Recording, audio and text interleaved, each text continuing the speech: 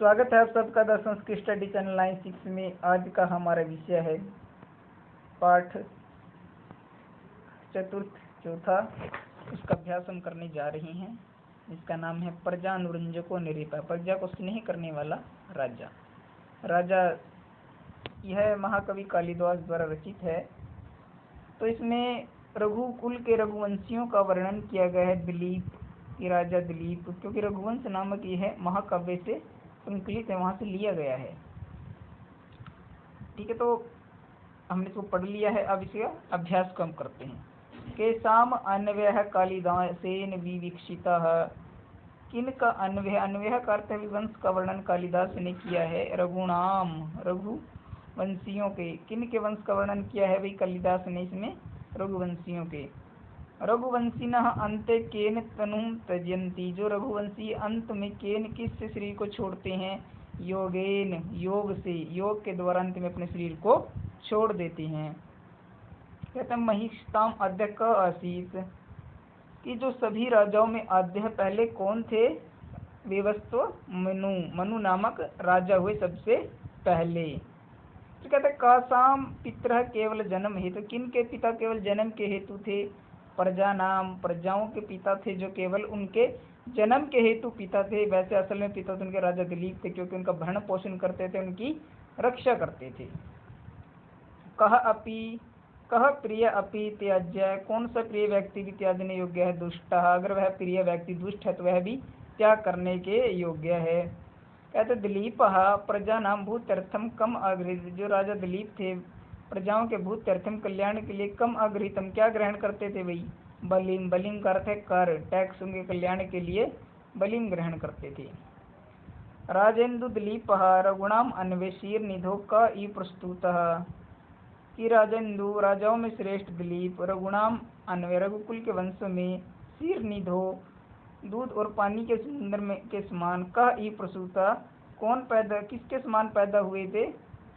इंदु, चंद्रमा के समान। जिस प्रकार जो चंद्रमा है, ठीक है ना, वो क्षीर सागर, क्षीर सागर कहने का अर्थ है क्षीर सागर में, इस क्षीर सागर में जो प्रतिबिंबित चांद के समान थे, राजाओं में सर्वश्रेष्ठ दिलीप राजा उत्पन्न हुए।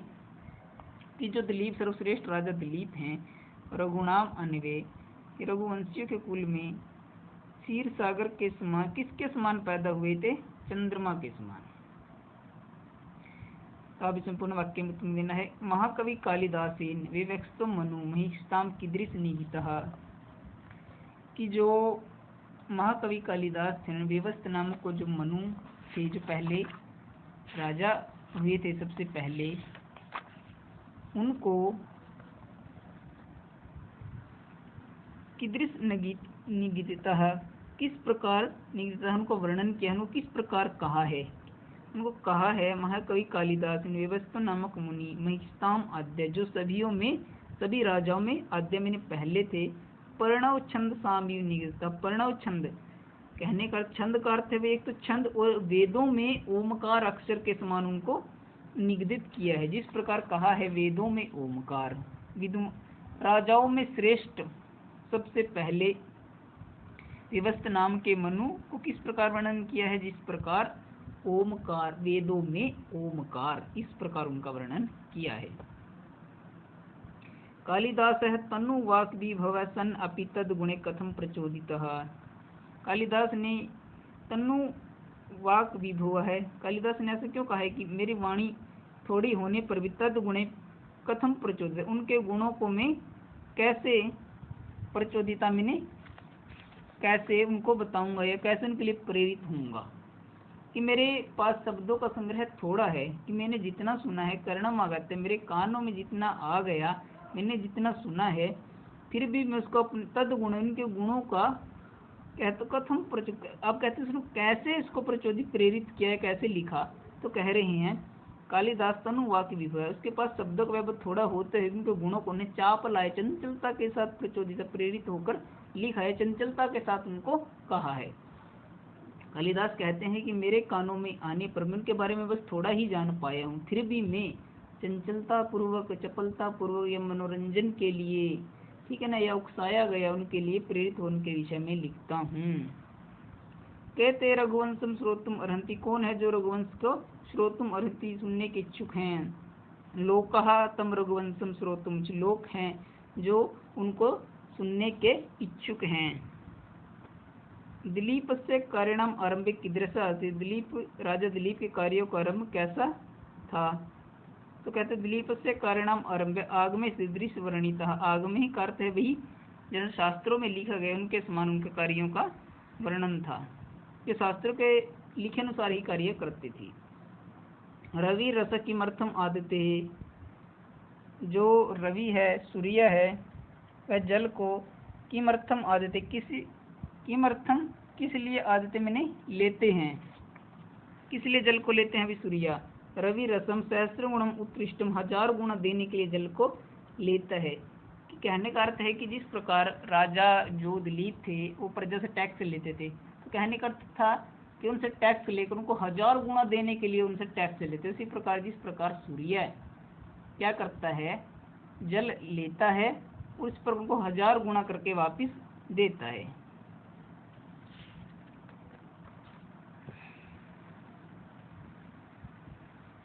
प्रश्न निर्माण करने भैया। सह प्रजा नाम भूत अर्थ बलि मंगते, प्रजाओं के कल्याण के लिए बलि ग्रहण करते। फिर क अजय कह, कौन प्रजाओं के कल्याण के लिए बलि ग्रहण करते थे। प्रजा नाम विनय धानात, सह पिता से प्रजाओं का विनय धानात नर्मता के कारण सरलता कारण के पिता थे। का शाम विनय इनके विनय धाम के कारण उनके पिता थे। मनीषिणाम मान्य मनु आसीत, विद्वानों में माननीय मनु थे। तो आ जाएगा किस में माननीय मनु थे। शुद्धिम अति अन्वय दिलीप प्रसूता, पवित्र वंश में दिलीप पैदा हुए। तो आ जाएगा पुत्र दिलीप प्रसूत, किस वंश में दिलीप पैदा हुए, किस कुल में पैदा हुए। इन्होंने लिखा शुद्धिम अति पवित्र अन्वय मैंने कुल में राजा दिलीप पैदा हुए। ठीक है, तो दिलीप है पुत्र प्रसूत, दिलीप है कहाँ पैदा हुए। पितृ जन्म हेतु व आसन, पिता तो जन्म के हेतु से थे। कई जन्म हेतु आसन, कौन जन्म के हेतु से थे। और विपरीतार्थक मिलाना है, इनका उल्टा लिखना है। जैसे यौवने जवानी, वार्ध के बुढ़ापा, मौनम चुप रहना, चपलताम चंचलता से, त्याज्य छोड़ना, ग्राह्य ग्रहण करना, ठीक ना। शशासह शासनम, शत शत का अर्थ है भाई उनको मारना, अशत उनको हानि न पहुंचाना।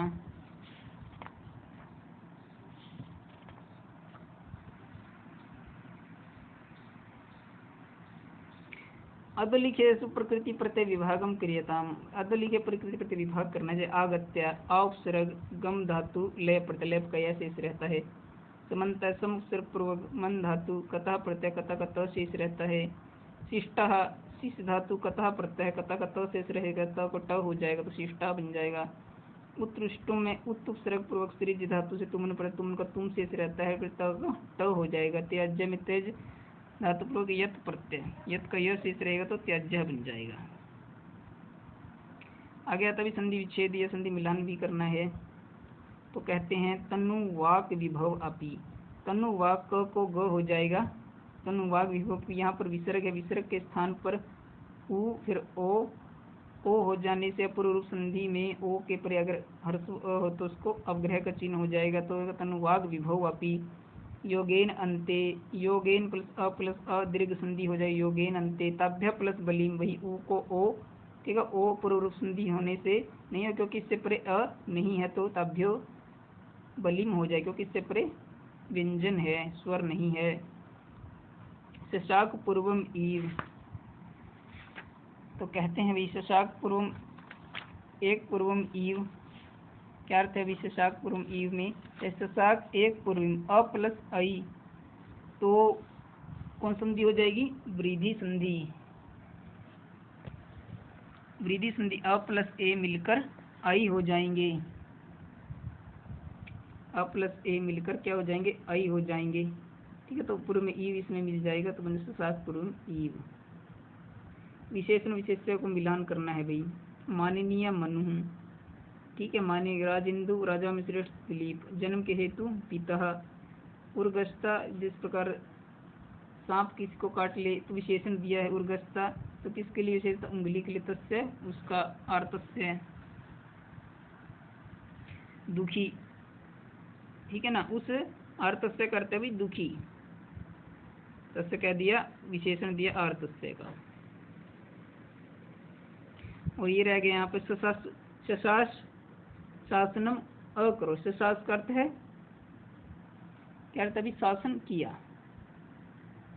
शासन किया क्या? तो उसने राजा रघुनी सॉरी राजा दिलीप ने शासनम किया, शासनम अकरोत, उसके लिए उल्टा विपरीत दिया, शासनम अकरोत, उसने शासन किया।